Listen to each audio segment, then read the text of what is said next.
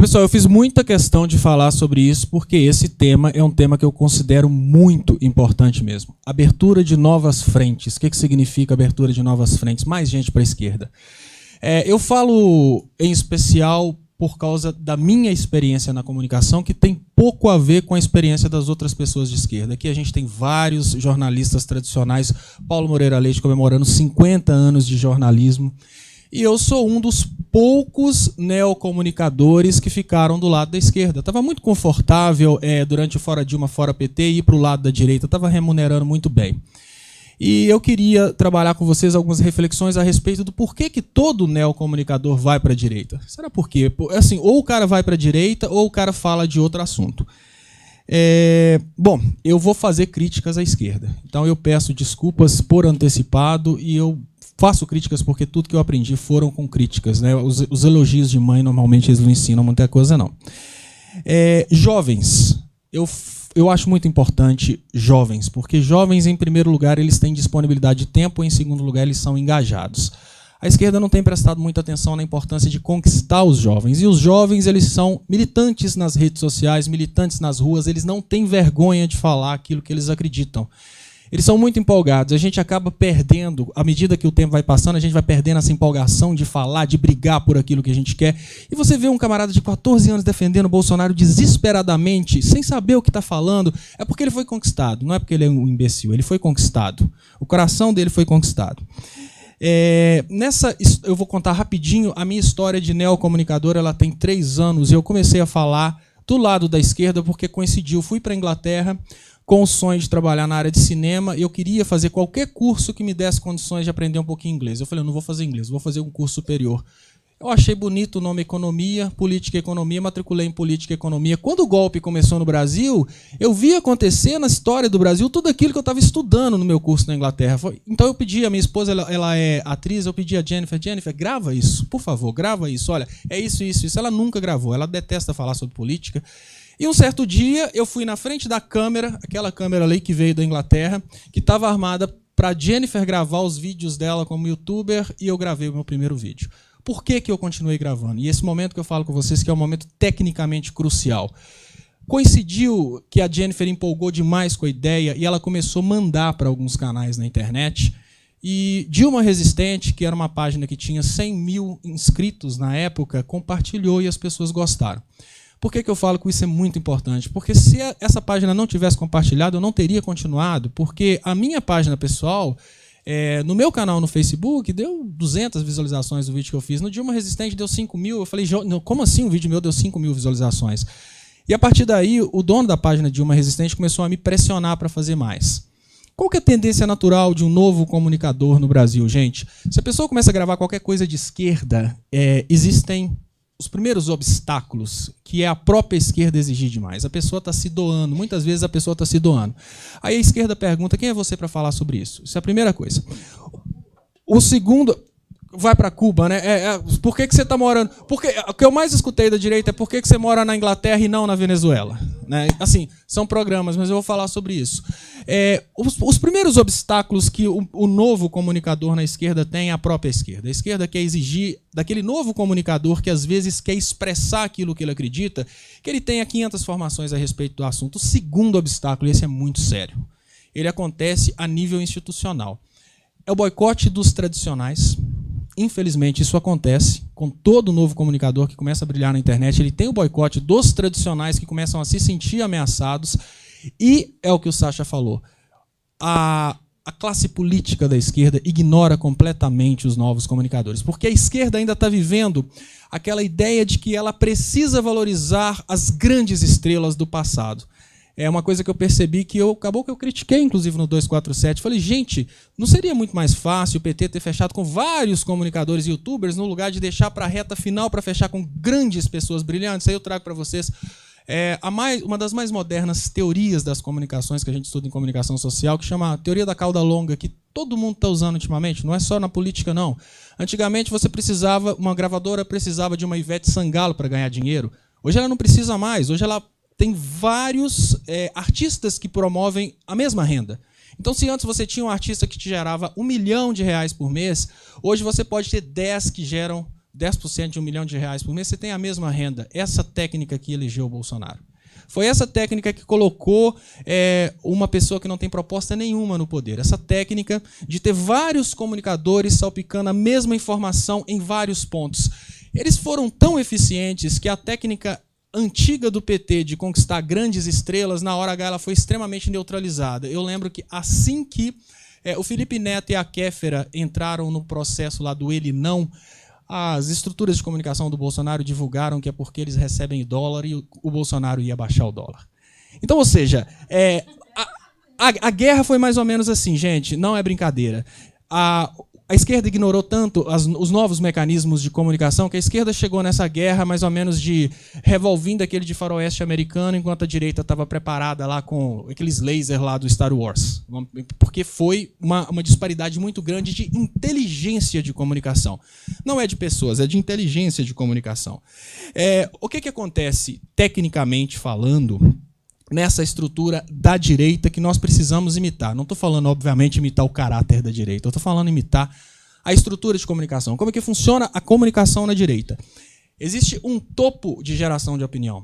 Esse topo de geração de opinião que faz com que pessoas que não sabem de absolutamente nada consigam falar sobre aquele assunto. E é por isso que é confortável estar na direita. Você falou do Olavo de Carvalho, abaixo, o Olavo de Carvalho é o tradutor. Olha que interessante. A escola de Chicago, que ele mencionou, ela só existiu porque o John Rockefeller pagou para ela existir. Ou seja, um dos maiores capitalistas do mundo financiou o nascimento da escola de Chicago para falar o que ele quer. Através desse esquema do Rockefeller, as grandes empresas começaram a contratar só gente da escola de Chicago. Quem que ia estudar outra escola, gente? Sendo que a escola de Chicago era que empregava, era que dava aparição na televisão. Então, isso foi se reproduzindo. Essa lógica se reproduz até hoje. Na lógica de hoje, a gente tem, obviamente, a Escola de Chicago gerando produção intelectual, que são os think tanks, a gente tem também Heritage Foundation, a gente tem Escola Austríaca. Todos esses produtores de teorias econômicas são os que geram frases repetidas para os nossos youtubers brasileiros. O Olavo de Carvalho traduz. Claro que o Olavo de Carvalho gera coisa muito esdrúxula, do tipo o comunismo matou 1 trilhão de pessoas, essas bobeiradas aqui. No final das contas, funciona. Por que funciona? Um jovem de 14 anos, gente, ele não tem condição de pegar uma teoria acadêmica e destrinchar isso e formar uma opinião a partir disso e levar para frente. Mas no momento em que você cria uma condição para que ele simplesmente repita, você está entregando uma receita de bolo. Olha, ninguém precisa ser formado em nutrição ou como é que chama? Gastronomia para fazer um bolo. Você precisa ter uma receita. E aí que eu falo, olha o que a direita soube fazer. Ela soube fazer repositórios de receita de bolo. Todo comunicador de direita fala a mesma coisa com as palavras dele. Por quê? Porque alguém botou os repositórios para eles copiarem. E aí tem uma outra estratégia que não existe na esquerda, que é o incentivo. Então são 2 incentivos. No momento que esses novos comunicadores de direita mostram que eles têm uma certa eloquência e começam a fazer esse trabalho de reprodução do material que foi criado pelos institutos de criação de ideia lá dos Estados Unidos, dos think tanks, eles são promovidos pela network. Aí entra uma outra teoria das comunicações, que é o Transnational Advocacy Networks, que são essas empresas que ficam propagando ideologias ao redor de vários países. Lógico que eles fizeram a Primavera Árabe e fizeram aqui no Brasil, replicaram a Primavera Árabe no Brasil. Por que funciona muito bem? Se você decide julgar do lado da direita, você tem promoção nas redes, porque todos os outros comunicadores vão te divulgar, são várias técnicas, um comenta, outro compartilha, e nisso o seu canal vai crescendo. Você tem super promoção dos monstros da direita, e eu falo monstros por causa de tamanho. O Bolsonaro estava com 4, 5 milhões de inscritos no YouTube, chamando pessoas para os novos comunicadores. Eu brinco, e não é brincadeira, tinha um rapaz que foi eleito deputado estadual, não sei o nome dele, ele fazia vídeos de comédia. O vídeo dele que tinha mais acesso era o vídeo dele depilando o rabo. Parece, não é brincadeira, o vídeo dele que tinha mais acesso era isso. O que o cara produzia antes de começar a falar de política eram vídeos de humor. O que tinha mais acesso era um espelho no chão e ele ensinando como é que ele fazia para depilar o rabo. Olha, o Bolsonaro virou e falou, esse cara gravou 3 vídeos sobre política. O Bolsonaro virou e falou, ele está fazendo um trabalho excelente para a política, vamos admirar. O cara saiu de 5 mil no Facebook, foi para 800 mil em 2 semanas. A esquerda não faz isso. Não, às vezes Tem gente da esquerda que deve fazer isso sim, porque a técnica dele era boa. Ele era muito melhor depilando o rabo do que falando política. Então, se a gente conseguisse falar com ele para voltar, seria muito bom. Outra técnica que as pessoas não conhecem, que funciona muito bem nessa coisa de promoção dos canais de direita, gente. E isso todo mundo precisa conhecer, porque isso faz uma diferença muito grande. Obviamente, o poder financeiro não quer que exista previdência pública, o poder financeiro não quer pagar INSS, o poder financeiro quer as reformas, o poder financeiro quer isso. E o poder financeiro injeta dinheiro no YouTube para comprar exatamente as palavras que são faladas por essas pessoas. O que significa que se você fala aquilo que eles querem ouvir, você tem comercial no YouTube, comercial alto. Eu descobri isso na prática, agora eu estou estudando esse assunto, mas eu descobri isso na prática, foi até engraçado. Eu fiz um vídeo falando de Bitcoin. A monetização do vídeo falando de Bitcoin foi 5 vezes maior.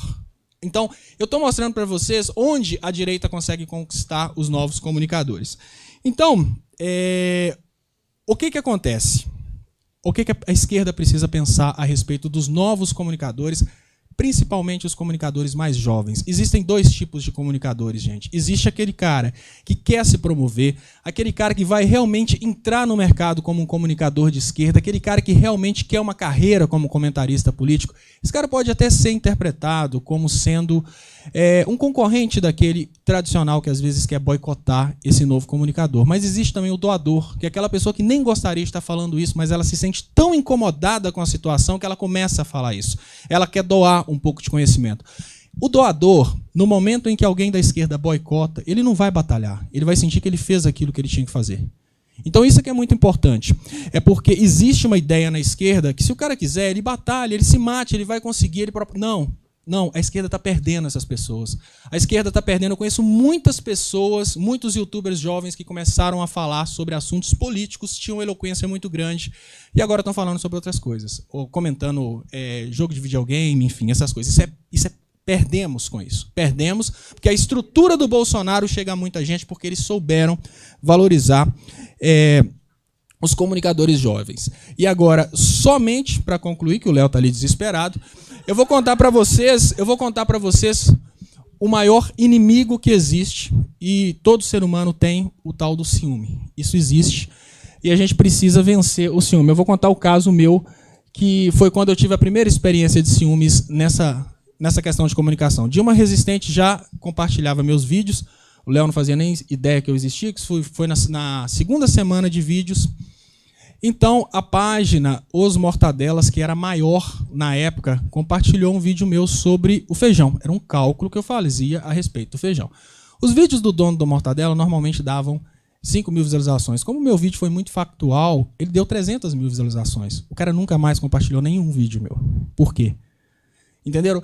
Se a gente não conseguir vencer essa ideia de que quem está na mesma trincheira é concorrente, a gente nunca vai criar condições para que os novos comunicadores venham para o nosso lado.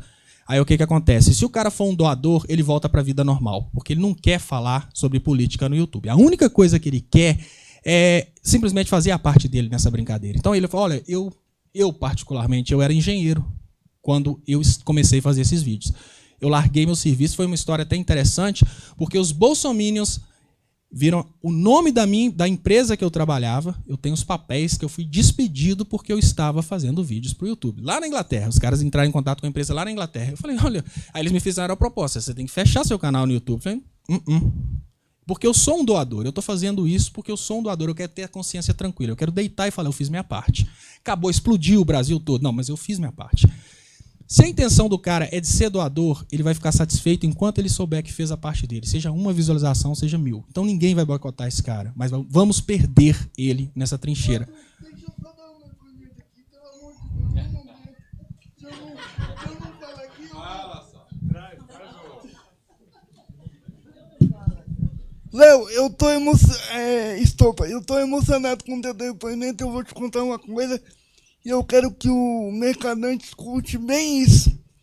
E o Mercadante começou falando que ele me conhece há mais de 20 anos, então foi ele que falou, não fui eu.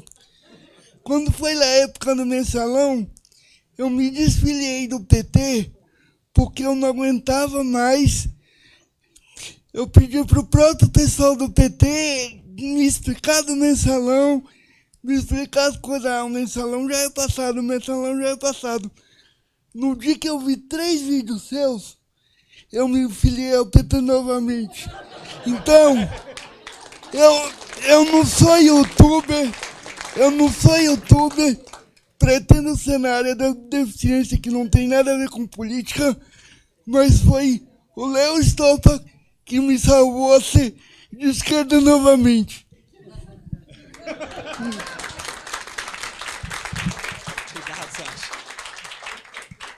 Pois é, pessoal, só para concluir, obrigado, Sasha. Só para concluir, enfim, você pode até boicotar aquela pessoa que quer ter uma carreira política, mas você nunca vai boicotar o doador, porque o doador, ele é remunerado por isso. O doador, ele fica feliz quando ele tem um depoimento desse, não importa o dinheiro, não importa nada disso, não importa a carreira. Então, ajudem quem pode estar do nosso lado.